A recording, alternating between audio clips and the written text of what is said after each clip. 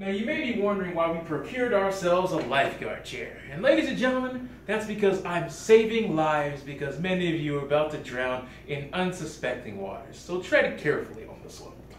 How many of you back in the day liked the original Fantastic Four film? You know, the one brought to you by Fox? Remember where Dr. Doom shows up at the very end of the movie for a 30-minute fight? If you could even call it a 30-minute fight, it was really more like 15 and a half minutes, but let's not trip over a few minutes. Most of it was just a slice of life, people with superhero powers doing nothing!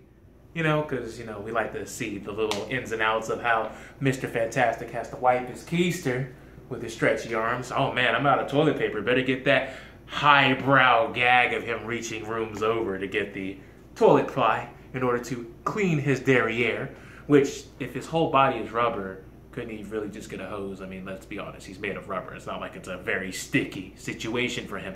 But I digress.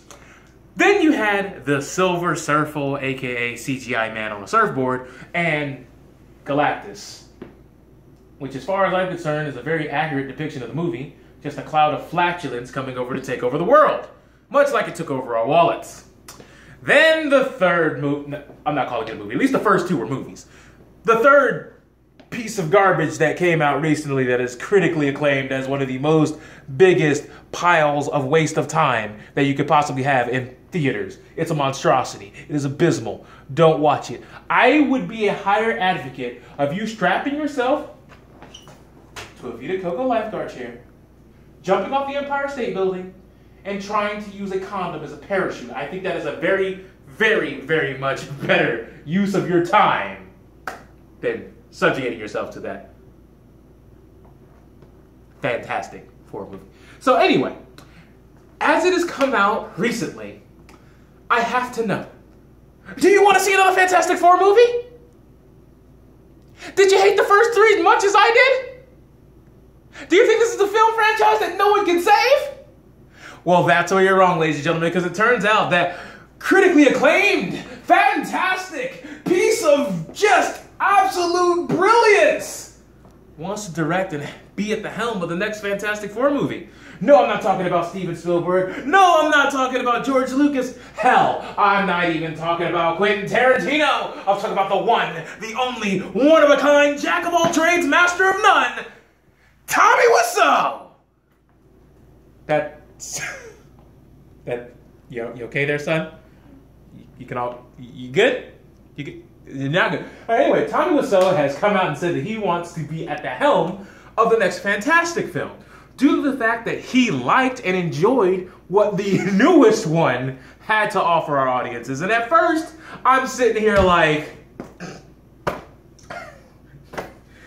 wow, that would be a travesty. But then I realized something. He actually can't do worse. Because with the first three Fantastic Four movies, we had this thing called expectations.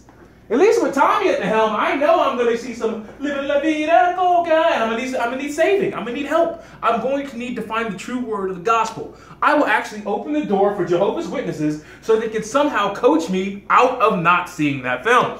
But regardless, Tommy Wiseau, I'm for it on one condition.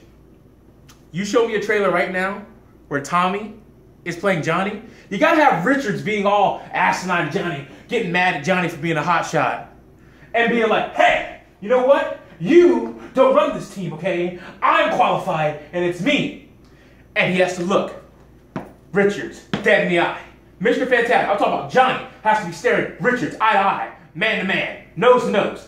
I don't care that Johnny's black, but you would have to turn him white for him to be Tommy, and he'd be like 30 years older than he's supposed to be. Point is, he's gonna be like, Richards. Except he's not going to say Richards. He's going to look at him. He's going to slap his hand. And he's going to go, don't touch me, blah. Like, if that's in the film, by all means, I'll open my wallet. I'll shoot the J. I will happily give this man my money just to see that on the big screen. Because that will be a piece of cinematic bliss. You can turn off your mind. It's dumb. It's Aqua Teen Hunger Force dumb. It's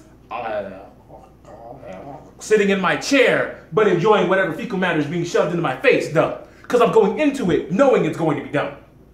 Now granted, unlike a lot of you, I wasn't really subject to going to the movie theater to see any of those fantastic travesty films. But this would be the first one where I'm willing to come out of pocket and say I'm going to support the director because I know it's going to be bad. But the funny thing is, knowing the track record of Fantastic Four, what if Tommy Wiseau actually saves, like he makes a legitimately good film? Because remember, what he normally likes and tries to emulate ends up being really bad. But if it's something that's already really bad, and he tries to emulate it, it does everything differently, it does it wrong, could the film actually potentially be really good? I mean, it would be the reverse of M. Night Shyamalan. Someone who's always really bad, becoming really good. Rather than, yo man, yo, the six, yo, the close account of the third, oh my god, yo, the twist! Silence. There's a big jump in quality there. Well, I should say trough. Because jumps like this, troughs like this, it went down. So, also, shout outs to my boy, Mexican security guard, you know who I am, over there in Devil, you know what I mean? Jelly side down? Jelly side down, you know the line. Anyway, that's not the point. Tommy Wiseau at the helm of the next Fantastic Four project. If anybody has a brain and cojones, they do it. Because, guys, the Fantastic Four movies are already shot. There's no integrity. There's no sort of characters to save.